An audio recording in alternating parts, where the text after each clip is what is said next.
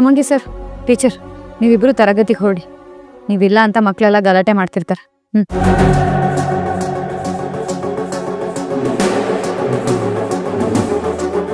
ಹೊರಡಿ.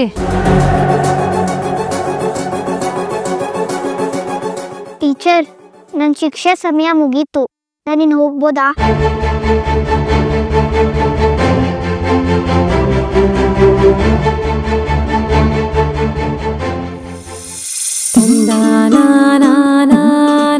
ಇನ್ನೊಂದ್ಸತಿ ಹೀಗೆ ಮಾಡಬಾರ್ದು ಆಯ್ತಾ?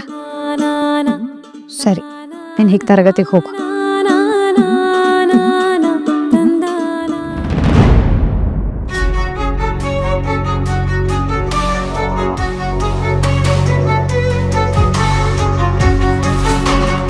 ಟೀಚರ್, ನಂಗೆ ಇವಾಗ ತುಂಬಾ ಸುಸ್ತಾಗುತ್ತೆ. ನನಗ್ ಶಕ್ತಿ ಇಲ್ಲ ಅಂತ ಅಪ್ಪ ನಂಗೆ ದಿನಾಲು ಮಾತ್ರ ಕೊಡ್ತಾರೆ. ನೀವಿನ್ ಮುಂದೆ ನನ್ಗೆ ಇಷ್ಟೊತ್ತು ಶಿಕ್ಷೆ ಕೊಡ್ಬೇಡಿ.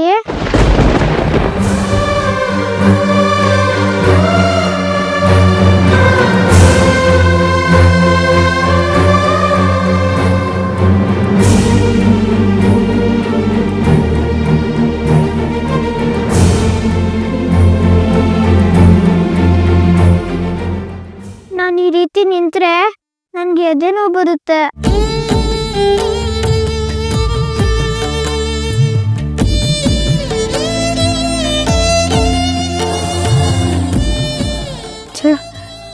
ಎಂತ ತಪ್ಪು ಮಾಡ್ಬಿಟ್ಟೆ. ಮಿಂಚು ಆರೋಗ್ಯ ಸ್ಥಿತಿ ಹೇಗಿದೆ ಅಂತ ಗೊತ್ತಿರೋದಕ್ಕೇನೆ ನಾನು ಅವಳಿಗೆ ಬೇರೆ ಥರ ಶಿಕ್ಷೆ ಕೊಡೋದು ಬೇಡ ಅಂದ್ಕೊಂಡೆ.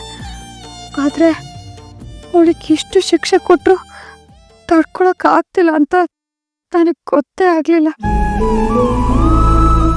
ನೀನು ಹೀಗೆಲ್ಲ ತರಲೆ ಮಾಡಬಾರ್ದು. ನಾನು ಹೀಗೆಲ್ಲ ನಿನಗೆ ಶಿಕ್ಷೆ ಕೊಡಲ್ಲ, ಸರಿನಾ?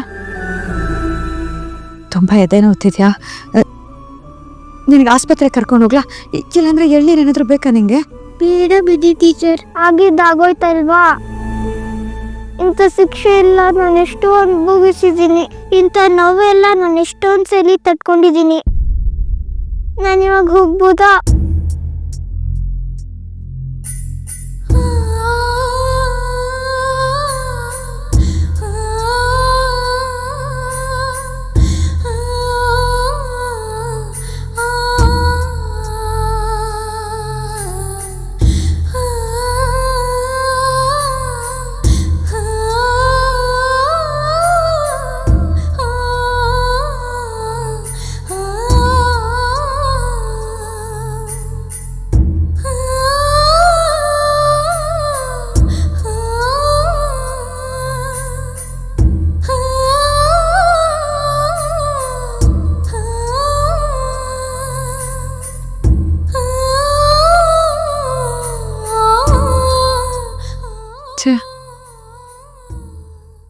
ಅವಳಿಗೆ ಇನ್ಮೇಲೆ ಶಿಕ್ಷೆ ಕೊಡಬಾರ್ದು.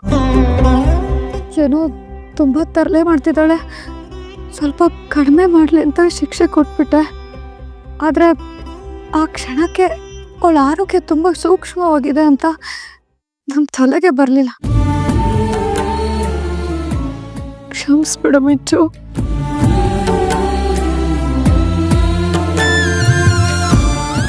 ಛೇ,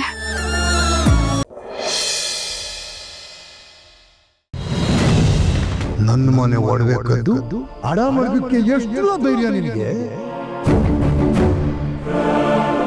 ಈ ತಂದೆ ಮಗನ ಸಂಬಂಧ ಇವತ್ತಿಗೆ ಸತ್ತೋಯ್ತು.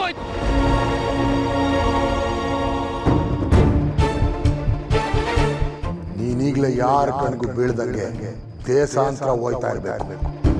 ಇಲ್ಲ ಅಂದ್ರೆ ಮನೆಗೂ ಈ ಮೇಟ್ರು ಕಳ್ಳ ಅಂತ ಸುದ್ದಿ ಸಾರಿಸ್ಬಿಡ್ತೀನಿ.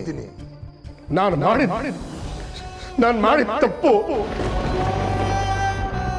ಈ ಮನೆನೇ ಸರ್ವನಾಶ ಆಗೋ ಹಂತಕ್ಕೆ ಬಂದಿದೆ. ಇಷ್ಟಕ್ಕೆಲ್ಲ ನಾನೇ ಕಾರಣ. ಪಾಪಿ ನಾನು, ಪಾಪಿ.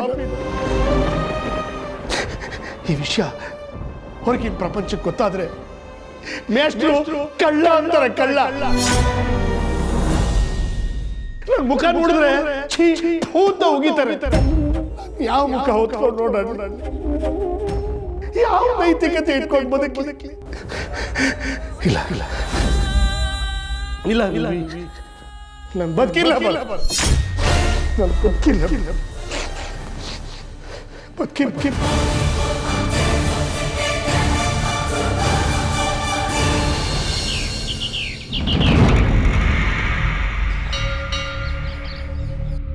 ಅಪ್ಪಾಜಿ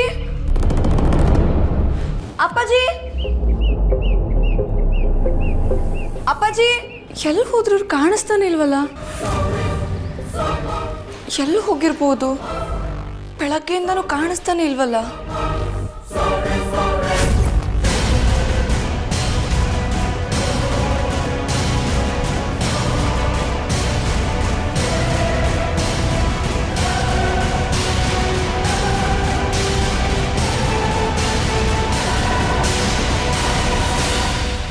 ಯಾರಿದನ್ನು ಮೊದಲು ಓದ್ತಾರೋ ಅವ್ರು ಗಾಬರಿ ಆಗಬೇಡಿ. ವಿಷಯನ ದೊಡ್ಡದು ಮಾಡಕ್ಕೆ ಹೋಗಬೇಡಿ. ಎಲ್ಲರೂ ಗಾಬರಿ ಆಗ್ತಾರೆ. ಇನ್ನು ನಾನು ಕಾಯಕ್ಕಾಗಲ್ಲ. ಎಲ್ಲರೂ ದಯವಿಟ್ಟು ಕ್ಷಮಿಸಿ. ನಾನು ಪ್ರತಿ ಕ್ಷಣ ನೋವಲ್ಲಿ ಬೇಯ್ತಾ ಇದ್ದೀನಿ. ನಿಮ್ಮೆಲ್ಲರೂ ಮುಂದೆನೂ ಸತ್ಯ ಮುಚ್ಚಿಟ್ಟು ಮುಖವಾಡ ಹಾಕಿ ಬದುಕ್ತಾ ಇದ್ದೀನಿ. ನನ್ನ ಮಗಳ ಜೀವನ ಸರಿ ಮಾಡಬೇಕು ಅಂತ ಸೊಸೆ ಒಡೆಯನ್ನ ತಗೊಂಡ್ಬಿಟ್ಟೆ.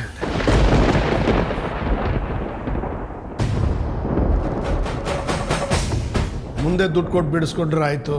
ಸದ್ಯಕ್ಕೆ ಗ್ರೀಷ್ಮನ ಜೀವನ ಮುಖ್ಯ ಅಂತ ನನಗನ್ಸಿತ್ತು. ಅವಳು ಓದಷ್ಟೇ ಅಲ್ಲ, ಕೆಲವು ಕಷ್ಟಗಳಿಂದ ಪಾರು ಮಾಡೋ ಜವಾಬ್ದಾರಿ ತಂದೆ ಆಗಿ ನನಗಿದೆ. ಅದೇ ಕಾರಣಕ್ಕೆ ಅವಳನ್ನ ಫಾರಿನ್ಗೆ ಕಳಿಸೋ ಯೋಚನೆ ಮಾಡಿದ್ದೆ. ಆದರೆ ನನ್ನ ಜವಾಬ್ದಾರಿನ ಸರಿಯಾದ ದಾರಿಯಲ್ಲಿ ನಿಭಾಯಿಸಿದೆ. ಇಂಥ ಕೆಲಸ ಮಾಡಿಬಿಟ್ಟೆ.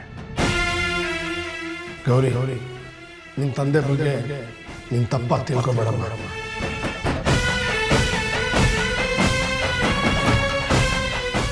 ಅದೇ ಅಂದರೆ ನನ್ನ ಕ್ಷಮಿಸಿ.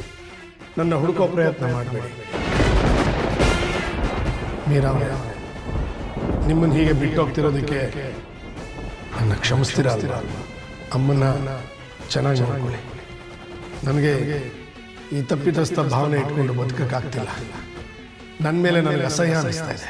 ಮೇಷ್ಟ್ರನ್ನ ಗೌರವ ಕಳ್ಕೊಂಡು ನನಗಿರೋಕ್ಕಾಗಲ್ಲ. ಎಲ್ಲನೂ ಕಳ್ಕೊಂಡು ನಾನು ಈ ಪ್ರಾಣ ಹೊತ್ಕೊಂಡು ಯಾಕೆ ಇರಬೇಕು?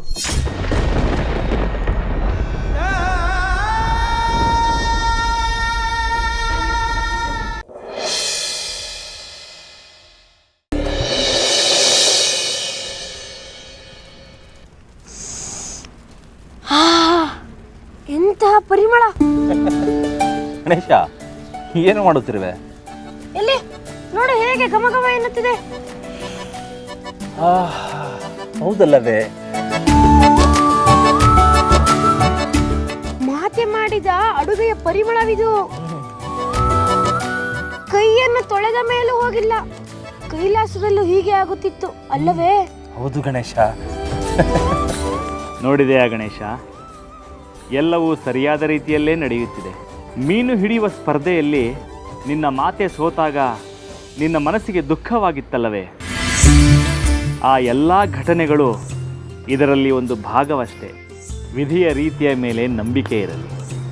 ಯಾವುದೂ ನಮ್ಮ ನಿಯಂತ್ರಣದಲ್ಲಿಲ್ಲ ಎನ್ನುವುದು ನಿಮಗೇ ಅರಿವಾಗುತ್ತದೆ. ನಾವು ಮನುಷ್ಯರಿಗಿಂತ ಇತರ ಜೀವಿಗಳಿಗಿಂತ ಶಕ್ತಿಶಾಲಿಗಳಾಗಿರಬಹುದು. ಸತ್ಯ, ಧರ್ಮ, ನ್ಯಾಯಗಳ ರಕ್ಷಣೆಯ ಹೊಣೆ ಹೊತ್ತಿರಬಹುದು. ಆದರೆ ನಮ್ಮನ್ನೂ ಮೀರಿದ ಶಕ್ತಿಯೊಂದಿದೆ ಎನ್ನುವುದೇ ನಿತ್ಯ ಸತ್ಯ.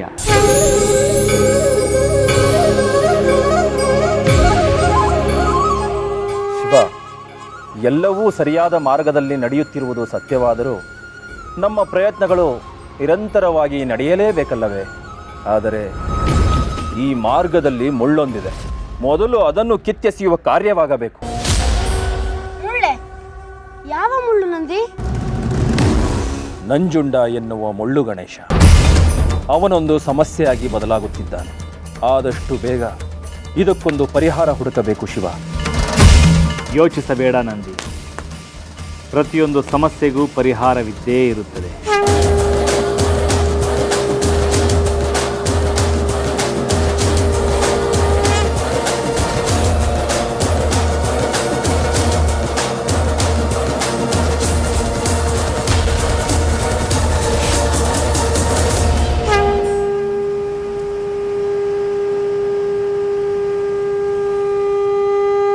ಶಿವಪ್ಪ, ನೀನು ನನಗೆ ಎಲ್ಲ ಕೊಟ್ಟಿದ್ಯಾ, ಆದರೆ ಏನೋ ಕಳ್ಕೊಂಡಿರೋ ಭಾವನೆನೂ ಯಾಕೆ ಕೊಟ್ಟಿದ್ಯಾ? ನನಗೆ ಅಪ್ಪ ಅಮ್ಮ ಎಲ್ಲನೂ ಕೊಟ್ಟಿದ್ದಾರೆ, ಮೇಲ್ನೋಟಕ್ಕೆ ನನಗೆ ಯಾವ ಕೊರತೆನೂ ಇಲ್ಲ. ಆದರೆ ಮನಸ್ಸಲ್ಲಿ ಸದಾಕಾಲ ಏನನ್ನೋ ಹುಡುಕ್ತಿರೋ ಭಾವನೆ, ಅದನ್ನೆಲ್ಲ ಯೋಚನೆ ಮಾಡಿದ್ರೆ ಏನು ಅಂತ ಹೇಳೋಕ್ಕೂ ನನಗೆ ಅರ್ಥ ಆಗ್ತಿಲ್ಲ. ಯಾವುದೋ ತೀರದಲ್ಲಿ ಯಾರೋ ನನ್ನನ್ನು ಬಂದು ಎಳಿತಿರೋ ಹಾಗೆ ಅನ್ನಿಸ್ತಿದೆ. ಶಿವಪ್ಪ, ಯಾಕೆ ನಂಗೆ ನಿರಂತರವಾಗಿ ಈ ಭಾವನೆ ಮೂಡ್ತಿದೆ? ಅಲ್ಲ, ನಾನು ಕಳ್ಕೊಂಡಿರೋದೇನನ್ನ? ನಾನು ಹುಡುಕ್ತಿರೋದಾದ್ರೂ ಏನನ್ನ ಶಿವಪ್ಪ?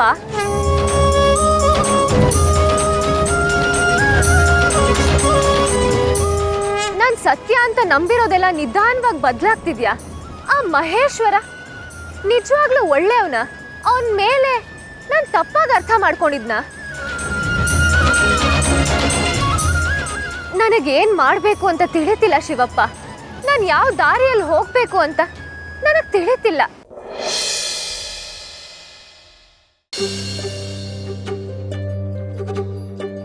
ಲೇ ಮೀನಾ, ಲೇ ಏನೇ ಮಾಡ್ತಾ ಇದೀಯ ನೀನು? ಹಾಂ ಲೇ,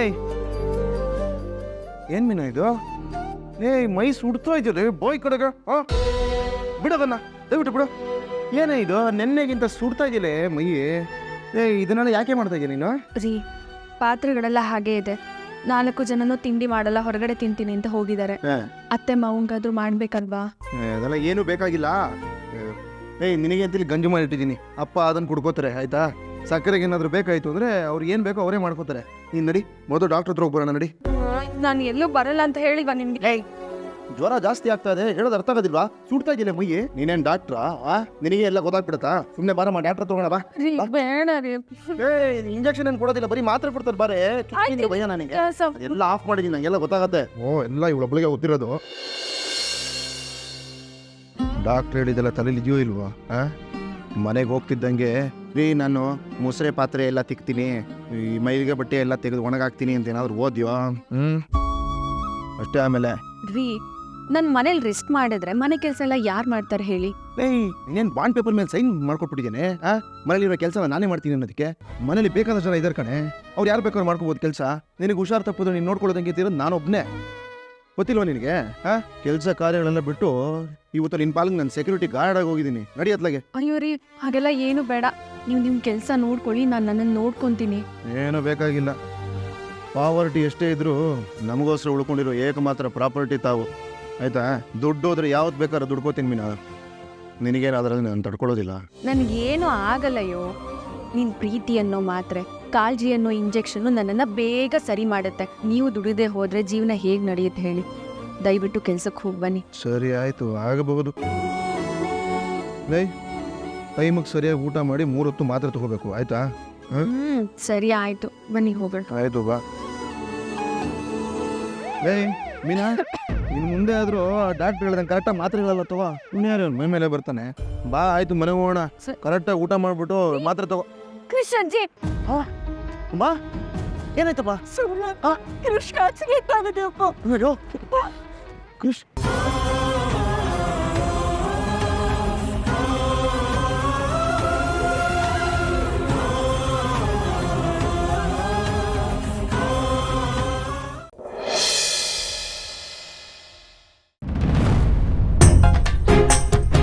ಭೂಮಿ ಹೊರಡೋಣವಾ?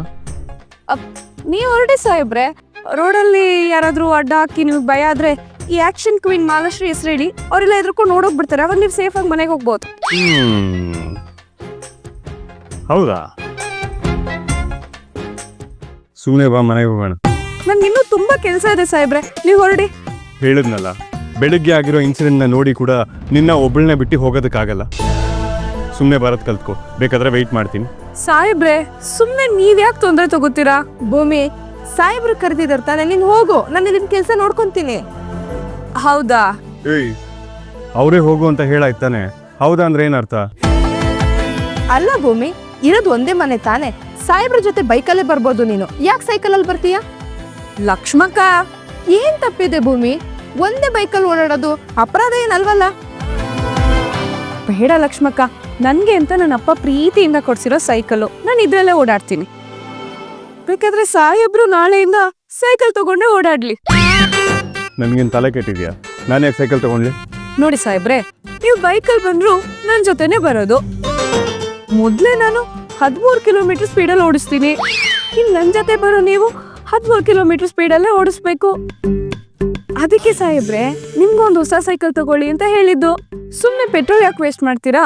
ಭೂಮಿ, ಸಾಹೇಬ್ರು ಅಷ್ಟು ಹೇಳ್ತಿದ್ದಾರೆ ತಾನೆ. ನೀನ್ ಹೋಗು, ನಾನು ನೋಡ್ಕೊಳ್ತೀನಿ. ಅಕ್ಕ, ನಾನು ನೋಡ್ಕೊಳ್ತೀನಿ ಅಂತ ಹೇಳ್ದೆ ತಾನೆ. ಹೋಗು ನೀನು. ಸರಿ.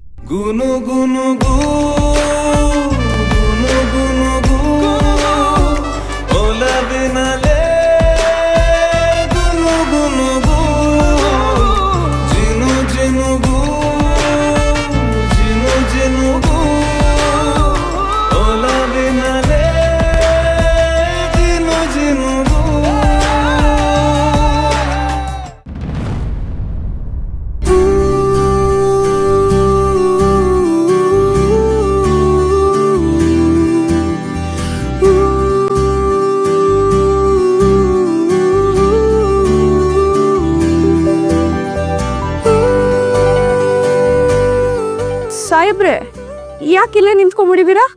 ನಿನ್ಗೋಸ್ಕರನೇ ವೆಯ್ಟ್ ಮಾಡ್ತಿದ್ದೆ. ಸಾಹೇಬ್ರೆ, ಸುಳ್ಳು ಹೇಳ್ಬೇಕು, ಆದ್ರೆ ನಂಬೋ ಹಾಗೆ ಹೇಳ್ಬೇಕು. ಇದು ನಿಮ್ಗೆ ಸ್ವಲ್ಪ ಅತ್ತೆ ಅನ್ನಿಸ್ಲಿಲ್ವಾ? ಏನು ಮಾಡೋದು, ಜನಗಳಿಗೆ ನಿಜ ಹೇಳಿದ್ರೆ ನಂಬೋದಕ್ಕಾಗಲ್ಲ. ನೀನು ಸ್ಲೋ ಆಗಿ ಬರ್ತಾ ಇದೆ, ನಾನು ಬೈಕಲ್ಲಿ ಫಾಸ್ಟಾಗಿ ಬಂದೆ, ಹಾಗಾಗಿ ಇಲ್ಲಿ ವೆಯ್ಟ್ ಮಾಡ್ತಿದ್ದೆ ಅಷ್ಟೇ. ಒಂದು ಕೆಲಸ ಮಾಡು, ನನ್ನ ಸ್ಪೀಡಿಗೆ ಮ್ಯಾಚ್ ಮಾಡು. ಏನಂದ್ರೆ? ಓ, ಆಗಲ್ಲ ಅಲ್ವಾ? ಸರಿ, ನಾನೇ ನಿನ್ನ ಸ್ಪೀಡಿಗೆ ಮ್ಯಾಚ್ ಮಾಡ್ತೀನಿ, ನಡಿ. ನನ್ನೊಳಗೆ ನೀನು ಉಸಿರಾದ ನೀ, ನಿನ್ನೊಳಗೆ ನಾನು ಶರಣಾದೆನ. ಪ್ರತಿ ಹರುಷದಲ್ಲೂ ಪ್ರತಿ ವಿರಸದಲ್ಲೂ ಪ್ರತಿ ಮನಸ್ಸಿನಲ್ಲೂ ಮನೆ ಮನೆಯಲ್ಲೂ ಬೇವು ಬೆಲ್ಲ ಸೇರಿ ಜೀವನ.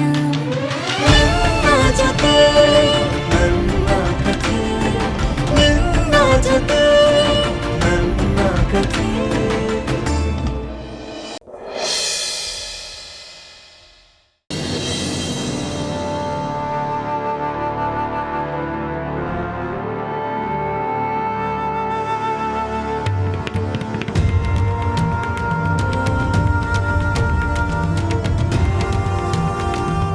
ಸತ್ಯವತಿ, ಸ್ವಾಮಿ, ಏಕೆ ಸತ್ಯವತಿ ಅನ್ಯ ಮನಸ್ಸುಗಳಾಗಿರುವೆ? ಏನಾಯಿತು? ಏನಾಗಲಿಲ್ಲ ಹೇಳಿ ಸ್ವಾಮಿ. ಪಾಪ ನಮ್ಮ ಮಗ ಜಮದಗ್ನಿ ನಡು ರಾತ್ರಿಯಲ್ಲಿ ಉಟ್ಟ ಬಟ್ಟೆಯಲ್ಲಿ ಅವನನ್ನು ಆಶ್ರಮದಿಂದ ಹೊರಗೆ ಕಳಿಸಿದ್ದೀರಿ. ಅವನು ಎಲ್ಲಿದ್ದಾನೋ, ಏನು ಮಾಡುತ್ತಿದ್ದಾನೋ, ಆಹಾರಕ್ಕಾಗಿ ಅದೆಷ್ಟು ಪರದಾಡುತ್ತಿದ್ದಾನೋ. ನೀವು ನೋಡಿದರೆ ಯಾರದ್ದೋ ಮನೆಯ ಶುಭ ಸಮಾರಂಭಕ್ಕಾಗಿ ನನ್ನನ್ನು ಕರೆದುಕೊಂಡು ಹೋಗುತ್ತಿದ್ದೀರಿ. ಇದು ನಿಮಗೆ ಸರಿಯೇ? ತಪ್ಪೇನು ಸತ್ಯವತಿ? ನಾನೇನು ಕಾರಣವಿಲ್ಲದೆ ನಿನ್ನ ಮಗನನ್ನು ಹೊರಗೆ ಕಳುಹಿಸಲಿಲ್ಲ. ಕಷ್ಟ ಸುಖಗಳ ಪರಿಚಯ ಅವನಿಗೂ ಆಗಲಿ, ಜೀವನದ ಏರಿಳಿತಗಳ ಅನುಭವ ಅವನಿಗೂ ಆಗಲಿ. ಬಲಿತ ಮರವನ್ನು ಆಶ್ರಯಿಸಿಕೊಂಡೇ ಬದುಕುವ ಬಳ್ಳಿ ಎಂದೂ ತಾನು ನೆಟ್ಟಗೆ ನಿಲ್ಲುವುದನ್ನು ಕಲಿಯುವುದಿಲ್ಲ. ಹಾಗೆಯೇ ಅಪ್ಪ ಅಮ್ಮನನ್ನೇ ಸದಾಕಾಲಕ್ಕೂ ನೆಚ್ಚಿಕೊಂಡು ಬದುಕುವ ಮಕ್ಕಳು ಉದ್ಧಾರವಾಗುವುದಿಲ್ಲ. ಹಾಗೆಂದು ಅವನನ್ನು ಆಶ್ರಮದಿಂದ ಹೊರಹಾಕಿದರೆ ಎಲ್ಲವೂ ಸರಿ ಹೋಗಿಬಿಡುತ್ತದೆಯೇ? ತಪ್ಪು ಯಾರು ಮಾಡುವುದಿಲ್ಲ ಸ್ವಾಮಿ. ತಿದ್ದಿಕೊಳ್ಳಲು ಅವಕಾಶ ನೀಡುವ ಬದಲು ಹೀಗೆ ಮಾಡಿದರೆ ಆಗುವ ಲಾಭವಾದರೂ ಏನು? ಒಪ್ಪುತ್ತೇನೆ, ತಪ್ಪನ್ನು ಮನುಷ್ಯರಲ್ಲದೆ ಮರಗಳು ಮಾಡುವುದಿಲ್ಲ. ಆದರೆ ಎಷ್ಟು ಬಾರಿ ಕ್ಷಮಿಸಬೇಕು? ಅದರಲ್ಲೂ ಈ ಬಾರಿ ಅವನು ಮಾಡಿದ ತಪ್ಪು ಸಾಧಾರಣದ್ದಲ್ಲ. ಅದರ ತೀವ್ರತೆ ಎಲ್ಲಿಗೆ ಮುಟ್ಟುತ್ತದೆ, ಯಾರನ್ನು ತಟ್ಟುತ್ತದೆ ಎಂದು ಊಹಿಸುವುದಕ್ಕೂ ಕಷ್ಟ. ನಿನ್ನ ಮಗನ ಹೇಳಿತನವನ್ನು ನಾನು ಒಪ್ಪುವುದಿಲ್ಲ ಸತ್ಯವತಿ. ಹೀಗಿರುವಾಗ ವೃತ ಅವನ ಪರ ವಹಿಸಿ ಮಾತನಾಡಿ ಸಮಯ ವ್ಯರ್ಥ ಮಾಡಬೇಡ. ಅಷ್ಟಕ್ಕೂ ಎಲ್ಲಮ್ಮ ಯಾರೋ ಅಲ್ಲ, ಅವಳು ನಮ್ಮ ನಾಡಿಗೆ ಬೇಕಾದವಳು. ಈಗ ಅವಳ ವಿವಾಹಕ್ಕೆ ಹೋಗುತ್ತಿರುವುದಕ್ಕೂ ಮಗನನ್ನು ಹೊರಗಡೆ ಹಾಕಿರುವುದಕ್ಕೂ ಯಾವ ಸಂಬಂಧವೂ ಇಲ್ಲ. ಅಪ್ರಸ್ತುತವಾದ ಮಾತನ್ನಾಡದೆ ನಡೆ. ಸಮಯವಾಯಿತು.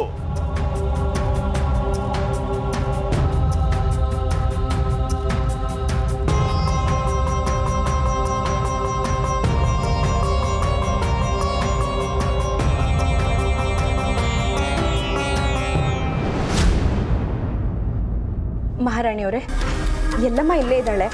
ನೀವು ಹೋಗಿ ಮಾತಾಡ್ಕೊಂಡು ಬನ್ನಿ, ನಾನು ಇಲ್ಲೇ ಇರ್ತೀನಿ. ಅದರ ಅಗತ್ಯವಿಲ್ಲ, ನಾನೇ ಮಾತನಾಡಿಕೊಂಡು ಬರುತ್ತೇನೆ. ನೀನು ಹೋಗಿ. ಆಗಲಿ.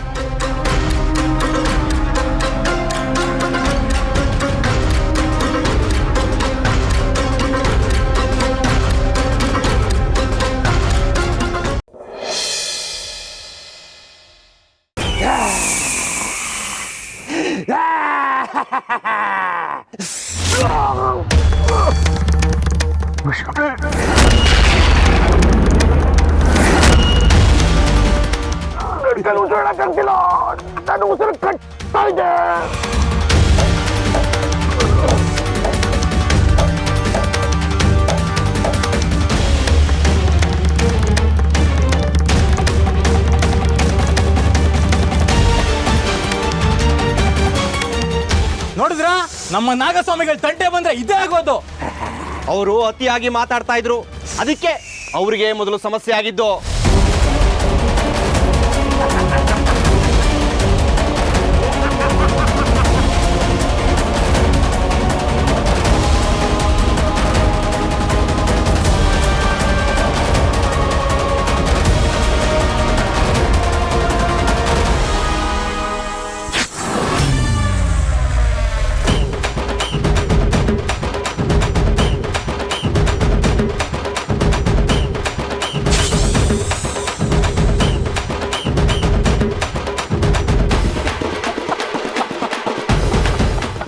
ಯಾವ ವಿಷಯಗಳೇನೂ ಇಲ್ಲ, ಏನೂ ಇಲ್ಲ.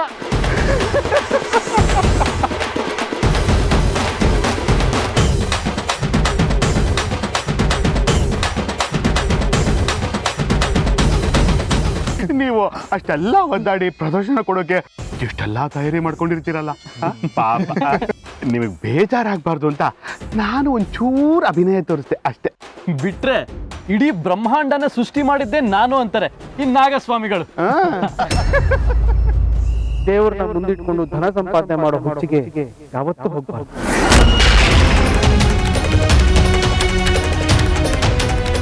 ಹಾಗೆಲ್ಲ ಏನಿಲ್ಲ, ಆದಿಶೇಷನ ಅವತಾರ ನಾನು.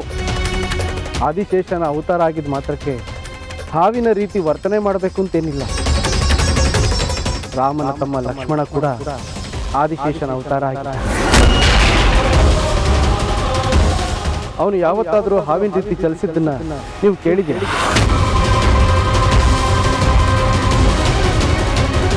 ಕೃಷ್ಣನ ಅಣ್ಣ ಬಲರಾಮ ಕೂಡ ಆದಿಶೇಷನ ಅವತಾರ. ಅವನು ಯಾವತ್ತಾದರೂ ಹಾಲಿನ ನೈವೇದ್ಯ ಕೊಡಿ ಅಂತ ಕೇಳಿದ್ದಿದ್ಯಾ? ನೀವು ಕಪಟಿಗಳಾಗಿದ್ದ, ಹಾಗಾಗಿ ಹಾವಿನ ಹಾಗೆ ವರ್ಸೋ ಹಾಗೆ ಕಷ್ಟಪಡಬೇಕಾಯ್ತು. ಜನರನ್ನು ಒಪ್ಪಿಸೋಂತಹ ಪರಿಸ್ಥಿತಿ ನಿರ್ಮಾಣ ಆಯಿತು. ಇಷ್ಟಕ್ಕೂ ಆದಿಶೇಷ ಯಾರು ಅಂತ ನಿಮಗೆ ಗೊತ್ತಿದ್ಯಾ?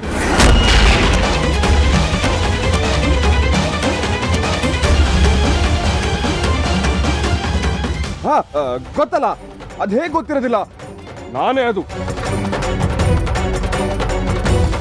ವಿಷ್ಣುವಿನ ಜೊತೆಲಿ ವೈಕುಂಠದಲ್ಲಿರ್ತೀನಿ. ನಾನಲ್ಲಿರೋದಕ್ಕೆ ರಾಕ್ಷಸರು ಆಕ್ರಮಣ ಮಾಡೋದಿಲ್ಲ. ನನ್ನನ್ನು ಕಂಡ್ರೆ ಅವ್ರಿಗೆಲ್ಲ ಭಯ. ವಿಷ್ಣುವನ್ನ ರಕ್ಷಿಸ್ತಾ ಇರೋದೇ ನಾನು.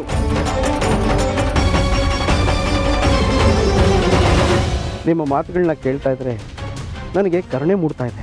ಅಯ್ಯೋ ಪಾಪ ಅಂತ ಅನಿಸ್ತಾ ಇದೆ.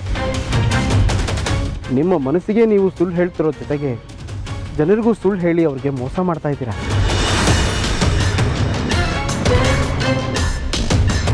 ಆದಿಶೇಷ ತನ್ನನ್ನು ತಾನು ಹೊಗಳ್ಕೊಳ್ಳದೆ ಇರುವಂತಹ ಈ ಬ್ರಹ್ಮಾಂಡದಲ್ಲಿರೋ ದಿವ್ಯ ಶಕ್ತಿ. ಆತ ಸದಾ ವಿಷ್ಣುವಿನ ನಾಮವನ್ನು ಜಪ ಮಾಡ್ತಾ ಸದಾ ವಿಷ್ಣುವಿನ ಧ್ಯಾನದಲ್ಲೇ ಇರ್ತಾನೆ. ಅವನು ಯಾವತ್ತಿಗೂ ನಾನು ವಿಷ್ಣುವಿನ ರಕ್ಷಿಸ್ತೀನಿ ಅಂತ ಹೇಳಿಲ್ಲ. ಆದಿಶೇಷ ಅಂದ್ರೇ ಉಳಿಯುವವನು ಅಂತ. ಅಂದ್ರೆ ಇಡೀ ಬ್ರಹ್ಮಾಂಡವೇ ಈ ಕಲ್ಪದ ಕೊನೆಗೆ ನಾಶ ಆದರೂ ಅವನು ಉಳಿತಾನೆ. ಅಂತ ಮಹಾನ್ ಶಕ್ತಿಯಾಗಿರೋ ಆದಿಶೇಷನ ಹೆಸರಲ್ಲಿ ನೀವು ಮೋಸ ಮಾಡ್ತಾ ಇದ್ದೀರಲ್ಲ, ಇದು ಅಕ್ಷಮ್ಯ ಅಪರಾಧ.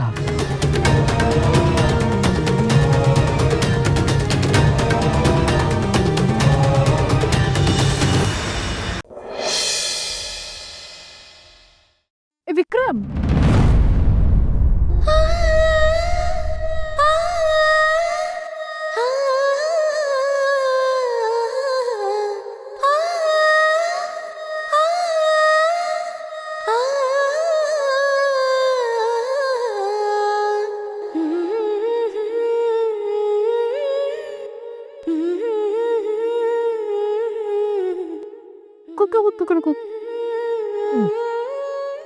ನೀನೇನಿಲ್ಲ ನೀನೇನು ಕೊರಗ್ತಾ ಇದ್ರೆ ನಾಳೆ ಆರಾಮಾಗಿ ನಿದ್ದೆ ಮಾಡೋಕ್ಕಾಗುತ್ತಾ? ಅದಕ್ಕೆ ಕಾಂಪೌಂಡ್ ಹಾರಿ ಓಡ್ ಬಂದ್ಬಿಟ್ಟೆ. ಏನೇ ಕಳ್ತಿದ್ಯಾ? ಆ ಕಣ್ಣಲ್ಲಿ ಧೂಳು ಬಿತ್ತಾರೆ. ಸುಳ್ಳು ಹೇಳ್ತೀರ ನನ್ನ ಹತ್ರ, ಸುಳ್ಪುರ್ಕ. ನಿನ್ನ ಕಣ್ಣಲ್ಲಿ ನೀರು ಬಂದಿದ್ದು ಧೂಳಿಂದ ಅಲ್ಲ, ನೆನಪಿನ ಧೂಳಿಂದ. ಅಮ್ಮ ನೆನಪಾದ್ರ? ನಾನು ನಮ್ಮಮ್ಮನ ನೋಡಿದ್ದು ಬೆತ್ತಳಿಗೆ ಏನಾದ್ರು ಗೊತ್ತಾಯ್ತಾ? ಇಲ್ಲ, ನನ್ನ ಕಣ್ಣೀರು ನೋಡಿ ಹಾಗೆ ಅನ್ಕೊಂಡಿರ್ತಾಳೆ. ಅದೇ ನಿನ್ನ ಬೆಸ್ಟ್ ಫ್ರೆಂಡ್ ಕೊಡೋ ನಾನು, ನನಗೆ ಗೊತ್ತಾಗಲ್ವಾ ನೀನು ಯಾವ ವಿಷಯ ಕೊರಗ್ತೀಯ ಅಂತ? ನಿನಗೆ ಗೊತ್ತಾಗ್ತಿರೋದು ನನಗೆ ಯಾಕೆ ಗೊತ್ತಾಗ್ತಿಲ್ಲ? ಅದಂಗೆ ಹೇಳ್ತೀನಿ ನನಗೆ ಗೊತ್ತಾಗಲ್ಲ ಅಂತ. ಪಾಪ ಅವ್ರು ಯಾವ ಪರಿಸ್ಥಿತಿಲಿ ಇರ್ತಾರೋ ಏನೋ. ಪರಿಸ್ಥಿತಿ ಕಟ್ಬಿದ್ದು ಬದಲಾಗೋದಕ್ಕೆ ಇದೇನು ಬಿಸ್ನೆಸ್ಸಾ?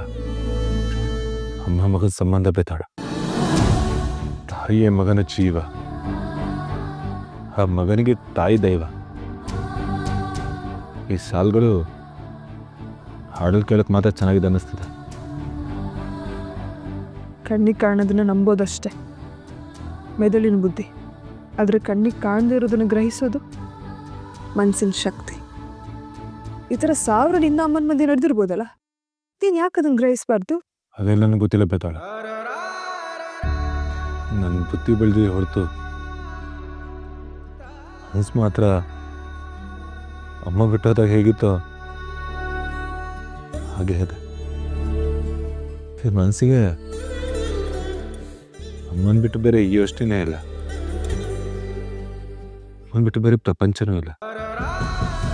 ವಿಕ್ರಮ್, ನೀನು ಈ ಥರ ಮನ್ಸು ಕೆಡ್ಸ್ಕೊಂಡು ಕೂತ್ರೆ ನಿನ್ನ ಜೀವನನೂ ಹೀಗೆ ಇದ್ಬಿಡುತ್ತಷ್ಟೆ. ನೋಡು, ಆಕಾಶ ನಮ್ಮ ಕಣ್ಣಿಗೆ ಕಾಣುತ್ತೆ, ಆದರೆ ಕೈಗಿಟ್ಕತ್ತಾ? ನಮ್ಮ ಜೀವನನೂ ಹಾಗೆ. ನಮ್ಮ ಹಣೆಯಲ್ಲಿ ಬರೆದಿರೋದನ್ನ ನಾವು ಒಪ್ಕೊಂಡು ಹೋಗಬೇಕು, ಅದೇ ಬದುಕು. ಅಮ್ಮನ ಕಳ್ಕೊಂಡಿರೋ ನನಗೆ ಅದಕ್ಕೆ ಇಲ್ಲ ಅನ್ನಿಸ್ತಿದೆ. ನೀನೊಬ್ಬನೇನ ಕಳ್ಕೊಂಡಿರೋದು? ಕಳ್ಕೊಂಡಿರೋದು ಎಲ್ಲರ ಜೀವನದಲ್ಲೂ ಇದೆ ವಿಕ್ರಮ್. ಉದಾಹರಣೆಗೆ ನನ್ನನ್ನೇ ನೋಡು, ನಿನಗೆ ನಿನ್ನ ತಾಯಿ ಮುಖ ನೆನಪಿದೆ, ನನಗದು ಇಲ್ಲ. ಇಬ್ರು ಒಂದೇ ದೋಣಿಲಿ ಸಾಕ್ತಾ ಇದ್ದೀವಿ. ಕೈಯಲ್ಲಿರೋ ಗಡಿಯಾರವೇ ನಾನು ನೀನು, ನಡೆಸೋನದೇ ಕೊನೆಯ ಮಾತು. ಮನುಷ್ಯರು ಏನೇ ಕಳ್ಕೊಂಡ್ರು ತಾಯಿನ ಮಾತ್ರ ಕಳ್ಕೊಬಾರ್ದು. ಅದು ದುಃಖ ಆದಾಗ ಆ ದುಃಖನ ಕಳ್ಕೊಳ್ಳೋದಕ್ಕೆ ಮತ್ತು ಹಗುರ ಮಾಡೋದಕ್ಕೆ ತಾಯಿ ಮಡಿಲಿನ ಹೊಡ್ಕೊಂಡು ಹೋಗುತ್ತೆ. ಮತ್ತು ನನಗೆ ಅದೃಷ್ಟನೇ ಇಲ್ಲ. ಏನಕ್ಕೋ ಒಳ್ಳೆ ಚಿಕ್ಕ ಮಗು ಥರ ಆಡ್ತಿದ್ಯಾ? ಯಾಕೆ ಯಾವಾಗ ನೋಡ್ರು ಯಾರೂ ಇಲ್ಲ ಅಂತ ಹೇಳ್ತೀಯ? ನಾನಿಲ್ವಾ? ಬಾ, ನನ್ನ ಮಡ್ಲಲ್ಲೇ ಮಲ್ಕೊ.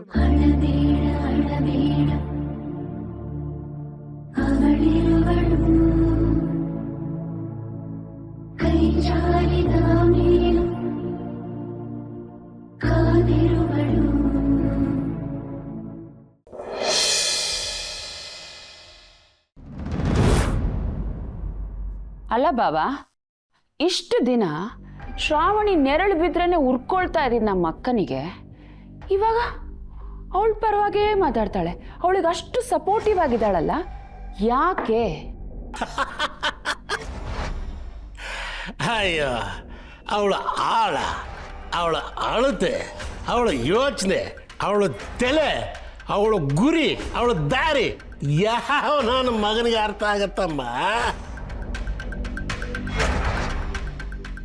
ಗಂಡನಾಗಿ ನನಗೇ ಅರ್ಥ ಮಾಡ್ಕೊಳಕ್ಕಾಗಿಲ್ಲ. ಅಲ್ಲ, ಯಾವ ಗಂಡಂದ್ರಿಗೂ ಅವ್ರ ಹೆಂಡ್ತಿನ ಅರ್ಥ ಮಾಡ್ಕೊಳಕ್ ಆಗಲ್ಲ. ಅದು ಬೇರೆ ಬಿಡು. ಅದು ಅವಳನ್ನ ಒಂದು ಗುಲ್ಗಂಜಿಯಷ್ಟು ಅರ್ಥ ಮಾಡ್ಕೊಳಕ್ ಆಗಲಿಲ್ಲ ಅನ್ನೋ ಟೆನ್ಷನ್ಗೆ ನಾನು ಕುಡಿಯೋದು ಕಲ್ತೆಮ್ಮ. ಆದರೆ ನನಗವಳು ಸ್ವಲ್ಪನಾದರೂ ಅರ್ಥ ಆಗಿದ್ದಾಳೆ. ಒಂದೇ ರಕ್ತ ನಿನಗೆ ಅರ್ಥ ಆಗಿರ್ಬೋದು. ಹೇಳ. ಅಕ್ಕ ಶ್ರಾವಣಿಗೆ ಸಪೋರ್ಟಿವ್ ಆಗಿರೋ ರೀತಿಗೂ ಅವಳವ್ರ ಮನೆಗೆ ಹೋಗಿರೋದಕ್ಕೂ ಏನೋ ಸಂಬಂಧ ಇದೆ ಅಂತ ನನಗೆ ಅನಿಸ್ತಾ ಇದೆ ಬಾಬಾ. ನನಗೆ ಗೊತ್ತು. ಗೊತ್ತಾ? ಏನದು ಬಾಬಾ? ಇವತ್ತು ರಾತ್ರಿ ಅಲ್ಲಿ ಏನು ನಡೆಯುತ್ತಂತ ನನಗೆ ಗೊತ್ತು. ಏನು ನಡೆಯುತ್ತೆ ಬಾಬಾ? ಹೇಳಿ. ಅಕ್ಕ ಏನಾದರೂ ಹೇಳಿದಾಳ ನಿಮ್ಮ ಹತ್ರ?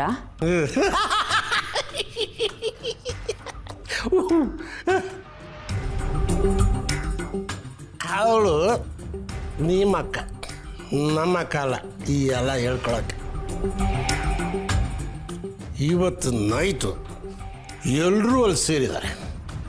ಶ್ರಾವಣಿಗೆ ಏನೋ ಕಾದಿದೆ ಅಂದರೆ ನೋಡ, ನಿಮ್ಮ ಮಕ್ಕನ ಬುದ್ಧಿ ಹೇಗೆ ಅಂತ ಗೊತ್ತಾ? ಅವಳು ಮಾತಾಡೋಕ್ಕಿಂತಲೂ ಸೈಲೆಂಟ್ ಆಗಿದ್ರೇನೆ ಡೇಂಜರ್. ಅವಳು ದ್ವೇಷ ಮಾಡೋಕ್ಕಿಂತಲೂ ಪ್ರೀತಿನೇ ಡೇಂಜರು. ಈ ಪಾಯಿಂಟ್ ನಾನು ಒಪ್ತೀನಿ ಬಾಬಾ.